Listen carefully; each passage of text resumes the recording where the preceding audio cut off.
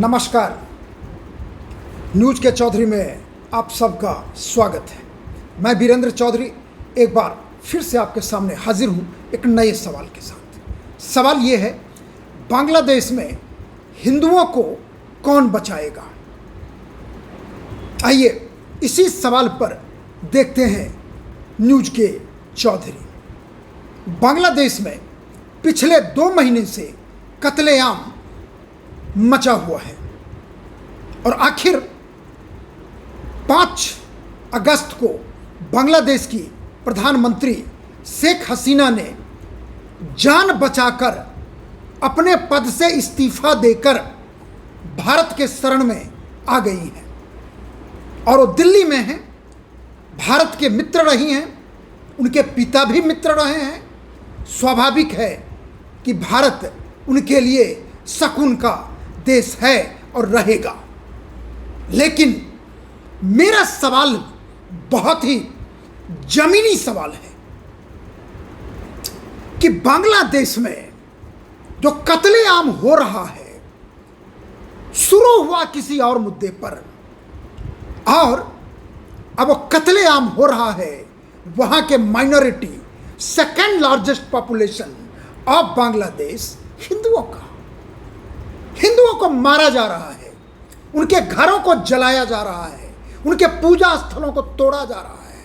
आपको तो आश्चर्य होगा कि प्रधानमंत्री नरेंद्र मोदी ने जिस मंदिर को स्थापन किया था उस मंदिर को भी तोड़ दिया गया है और बांग्लादेश के 130 करोड़ निरीह हिंदू जान बचाने के लिए उन्हें कुछ दिख नहीं रहा है। वहाँ की महिलाओं को, हिंदू महिलाओं को, हिंदू बच्चों को, हिंदू जवान लड़कों को, बूढ़ों को कैसे करें? चित्कार की आवाज़ आ रही है, चिल्लाने की आवाज़ आ रही है, महिला चिल्ला रही है। आपने सब कुछ रेडियो पर सुना होगा, टीवी में देखा होगा। मुझे भी रहा नहीं गया, चूँकि मैं भी दक्षिण एशिया हो या विश्व की राजनीति हो, चूँकि मीडिया में रहा हूँ, जेएनयू में रहा हूँ, तो इन सब मुद्दों से एक खास रिश्ता रहा है। और आज हम आपको कुछ चैनल से अलग बताने का प्रयास करेंगे और सवाल पूछेंगे कि आखिर बांग्लादेश में हिंदुओं की रक्षा कौन करेगा। आइए सबसे पहले हम आपको सुनाते हैं भारत के विदेश मंत्री डॉक्टर एस जयशंकर ने आज भारत के संसद में, दोनों सदन में, लोकसभा और राज्यसभा में स्टेटमेंट दिया बांग्लादेश पर और हम आपको सुनाते हैं कि उन्होंने क्या कहा। ये सुनना आपके लिए जरूरी है। आइए सुनिए डॉक्टर जयशंकर को।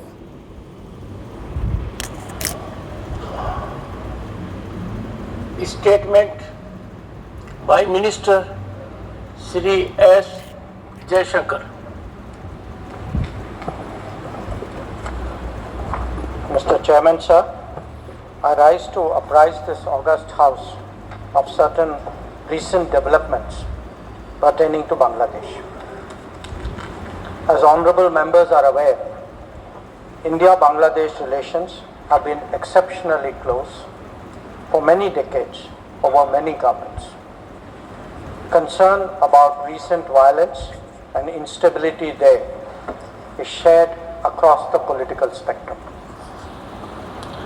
Since the election in January 2024, there has been considerable tension, deep divides, and growing polarization in Bangladesh politics.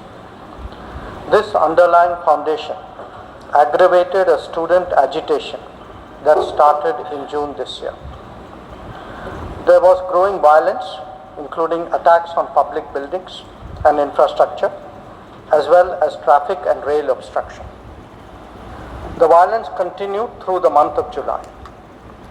Throughout this period, we repeatedly counseled restraint and urged that the situation be diffused through dialogue. Similar urgings were made to various political forces with whom we were in touch. So, despite a Supreme Court judgment on 21 July There was no let-up in the public agitation. Various decisions and actions taken thereafter only exacerbated the situation. The agitation at this stage coalesced around a one-point agenda, that is that the Prime Minister, Sheikh Hasina, should step down. On 4th August, events took a very serious turn. Attacks on the police, including police stations and government installations, intensified even as overall levels of violence greatly escalated. Properties of individuals associated with the regime were torched across the country. What was particularly worrying was that minorities, their businesses and temples also came under attack at multiple locations. The full extent of this is still not clear. Sir, on 5th August, demonstrators converged in Dhaka despite the curfew. Our understanding is that after a meeting with leaders of the security establishment, Prime Minister Sheikh Hasina apparently made the decision to resign. At very short notice, she requested approval to come for the moment to India. We simultaneously received a request for flight clearance from Bangladesh authorities. She arrived yesterday evening in Delhi. The situation in Bangladesh, sir, is still evolving. The Army Chief, General Waqar-uz-Zaman, addressed the nation on 5th August. He spoke about assuming responsibility and constituting an interim government. We are in close and continuous touch with the Indian community in Bangladesh through our diplomatic missions. There are an estimated 19,000 Indian nationals there, of which about 9,000 are students. The bulk of the students, however, have already returned to India in the month of July, the advice of the High Commission. In terms of our diplomatic presence, in addition to the High Commission in Dhaka, we have assistant High Commissions in Chittagong, Rajshahi, Khulna and Sylhet. It is our expectation that the host government will provide the required security protection for these establishments. We look forward to their normal functioning once the situation stabilizes. Chairman, sir, we are also monitoring the situation with regard to the status of minorities. There are reports of initiatives by various groups and organizations to ensure their protection and well-being. We welcome that, but will naturally remain deeply concerned till law and order is visibly restored. Our border guarding forces have also been instructed to be exceptionally alert in view of this complex situation. In the last 24 hours, we have also been in regular touch with the authorities in Dhaka. This is the situation as of now. I seek the understanding and support of the House in regard to sensitive issues regarding an important neighbor on which there has always been strong national consensus. Thank you. Debate resumes. ये हमारे विदेश मंत्री S Jaishankar Rajya Sabha में बोल रहे थे और आपने उनके पूरे स्टेटमेंट को सुना।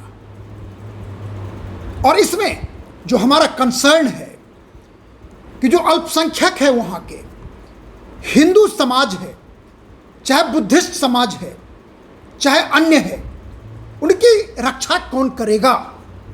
और खास करके जहाँ तक हिंदुओं की बात होती है, विश्व में सबसे ज़्यादा संख्या स्वाभाविक है भारत में हिंदुओं की, और दूसरे नंबर पर नेपाल है, और तीसरे नंबर पर बांग्लादेश है। 1,30,00,000 हिंदू बांग्लादेश में रहते हैं। और जैसा विदेश मंत्री ने बताया कि बांग्लादेश का आंदोलन शुरू कैसे हुआ। बांग्लादेश का आंदोलन शुरू हुआ आरक्षण को लेके, 5 जून के आरक्षण को लेके, क्योंकि 5 जून को बांग्लादेश के हाई कोर्ट ने स्वतंत्रता सेनानियों के परिजनों और अन्य को 56% रिजर्वेशन देने को कहा। और इसके खिलाफ प्रदर्शन शुरू हो गए और 12 जुलाई को वो प्रदर्शन हिंसक रूप लेता है और 14 जुलाई को शेख हसीना प्रधानमंत्री ने प्रदर्शनकारियों को रजाकार कहा, जिससे प्रदर्शनकारी और नाराज हो गए। 19 जुलाई को भीषण प्रदर्शन हुआ। एक ही दिन में तकरीबन 60 लोग मारे गए और 20 जुलाई को आंदोलन से जुड़े छात्र नेता को पुलिस उठाकर ले गई और 21 जुलाई को, ध्यान दीजिएगा, 21 जुलाई को जैसा विदेश मंत्री ने कहा है कि सुप्रीम कोर्ट ने हाई कोर्ट के फैसले को 56% फैसले को उलट दिया, कैंसिल कर दिया। सिर्फ 7% रिजर्वेशन सुप्रीम कोर्ट ने आदेश दिया, यानी 7% में 2%, 5% उन लोगों के लिए जो उस समय के थे स्वतंत्रता सेनानी के परिवार से और 2% अन्य के लिए, यानी 56% से वो घट के हो गया 7% पर। लेकिन आंदोलन रुका नहीं और कुल मिला के जब वो सुप्रीम कोर्ट का ऑर्डर आ गया तो उसके बाद तो आंदोलन रुक जाना चाहिए था, लेकिन रुका नहीं क्योंकि इरादा कुछ और था। उसके बाद इरादा बदल गया आंदोलनकारी का, और वो सिर्फ छात्र नहीं थे उस आंदोलन में, बीएनपी के भी लोग थे उसमें। जो अवामी के जो लोग हैं, मैं बताऊंगा आपको, वो लोग भी इसमें शामिल थे, क्योंकि छात्र का जो आंदोलन होगा उस तरह से वो नहीं होगा। जमाते इस्लामी और बीएनपी, और देखिए 4 अगस्त को आंदोलनकारी सीधे सीधे मांग करते हैं कि शेख हसीना को इस्तीफा देना है, और उस दिन इतना भयंकर रूप लिया आंदोलन ने कि 100 लोगों की मौत हो गई। और 5 अगस्त को आंदोलनकारी ढाका में भारी संख्या में पहुंच गए, कहा जाता है 4 से 5 लाख। अंत में यह हुआ कि शेख हसीना को इस्तीफा देना पड़ा और देश छोड़ के भागना पड़ा और नई दिल्ली आई। अब देखिए उसमें ट्विस्ट क्या है। आंदोलन शुरू हुआ आरक्षण को लेकर, आरक्षण को खत्म कर दिया गया, कम कर दिया गया, और अब जब शेख हसीना ने भी इस्तीफा दे दिया, देश भी छोड़ दिया, फिर मतलब अब जो वो लोग हैं बीएनपी के और जमाते इस्लामी के और जेल तोड़ तोड़ के आतंकवादियों को निकाला। वो आतंकवादी कौन है? पाकिस्तान समर्थित आईएसआई के सब लोग हैं, आतंकी हैं सब, जिसको चाइना भी सपोर्ट कर रहा है। अब वो खुल्लम खुल्ला पूरे बांग्लादेश में हिंदू महिलाओं को, बच्चों को, औरतों को, बूढ़ों को, जवानों को, मंदिरों को तबाह करने में लगे हैं, जलाने में लगे हुए हैं। बल्कि लिटन दास वहाँ के फेमस क्रिकेटर रहे हैं, उनके घर को जला दिया गया है। और इसलिए मैंने कहा है कि सवाल उठता है कि बांग्लादेश में हिंदुओं की रक्षा कौन करेगा। मैं आपको एक डेमोग्राफी बताना चाहता हूं उन लोगों के लिए जो लोग भारत में सवाल उठाते हैं कि माइनॉरिटी असुरक्षित है। माइनॉरिटी को लेके वो लोग तरह तरह के सवाल उठाते हैं। मैं आपको बता रहा हूं, मैं 4 देश का उदाहरण दूंगा। बांग्लादेश में 1951 में 22% हिंदू थे। आज कितना है जानते हैं आप? सिर्फ 7.9%। क्यों? पाकिस्तान में 1941 के आंकड़े कहते हैं हिंदुओं की संख्या 14.60%। 1941। 2023 में कितना है जानते हैं आप? 2.17%। कहाँ गए? कहाँ तकरीबन 15% और कहाँ 2%। अफगानिस्तान में देखिए, 1980 में अफगानिस्तान में 1,80,000 हिंदू थे। 2020 में सिर्फ 50 हिंदू हैं। वो भी 2020 में। वो भी होंगे कि नहीं होंगे मुझे नहीं लगता होंगे, भाग गए होंगे, सब हिंदुस्तान आ गए होंगे। और भारत में सुनिए आप, जहाँ पर सबसे ज़्यादा आवाज़ उठती है, सबसे ज़्यादा सेकुलरिज्म होता है, सबसे ज़्यादा अल्पसंख्यकवाद होता है 1951 में मुस्लिम आबादी थी भारत में 3.5 करोड़। 2011 के सेंसस में भारत में मुस्लिम आबादी कितनी है जानते हैं आप? कितनी? सोचिए जरा। साढ़े ना कहें, थोड़ा कम, 17 करोड़ 20 लाख, यानी 3.5 करोड़ से बढ़ के 17 करोड़ 20 लाख। अब बाकी तीनों देश मुस्लिम देश। अब बताइए हिंदू माइनॉरिटी है उन 3 देशों में, कितना सुरक्षित है और भारत में कितनी सुरक्षित है? कभी आपने सुना है कि भारत में किसी क्रिकेटर मुस्लिम का घर जला दिया गया हो या किसी अल्पसंख्यक का? और बांग्लादेश में हुआ, पाकिस्तान में आए दिन होता है, जबरदस्ती कन्वर्जन होता है।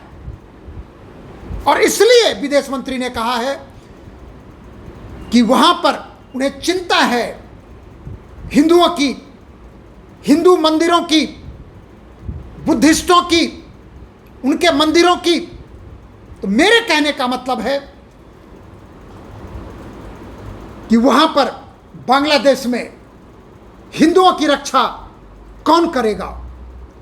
क्योंकि वहां पर जो हाल है, और मैं आग्रह करूंगा भारत सरकार से, मैं आग्रह करूंगा बांग्लादेश की मिलिट्री सरकार से, शासन से, जो मिलिट्री के हैं वो हिंदुओं की रक्षा करें, उनकी जिम्मेदारी है। बांग्लादेश के 2nd लार्जेस्ट पॉपुलेशन हिंदू हैं घटने के बाद भी। और जिस तरह की स्थिति बांग्लादेश में बनी हुई है, हम समझते हैं कि भारत सरकार को ये निश्चित रूप से ये दायित्व है, रिस्पॉन्सिबिलिटी है कि वहां के हिंदुओं की रक्षा करें। और यही बात है सीएए को लेके, इसीलिए सीएए का आया था। लेकिन भारत में सीएए को लेके पूरे देश में विरोध शुरू हो गया कि ये मुस्लिम के खिलाफ है। आज जो बांग्लादेश में हो रहा है, हमारे देश के, भारत के वो लोग क्यों नहीं सड़क पर आते हैं जो हिंदुओं के मंदिरों को, पूजा स्थलों को, हिंदू आबादी को टारगेट किया जा रहा है, जलाया जा रहा है, मारा जा रहा है, रेप किया जा रहा है? कोई नहीं। वो छद्म सेकुलरवादी कहीं नहीं दिख रहे हैं, कहीं नहीं दिख रहे हैं। कुल मिला के सब चुप हैं, सब चुप हैं। जो भारत सरकार जो करेगी हम वही मानेंगे, क्योंकि उनका पोल खुल जाएगा कि ये 3.5 करोड़ से 17 करोड़। अब बांग्लादेश में 22 पॉपुलेशन था एक जमाने में, घट के 8% भी नहीं है।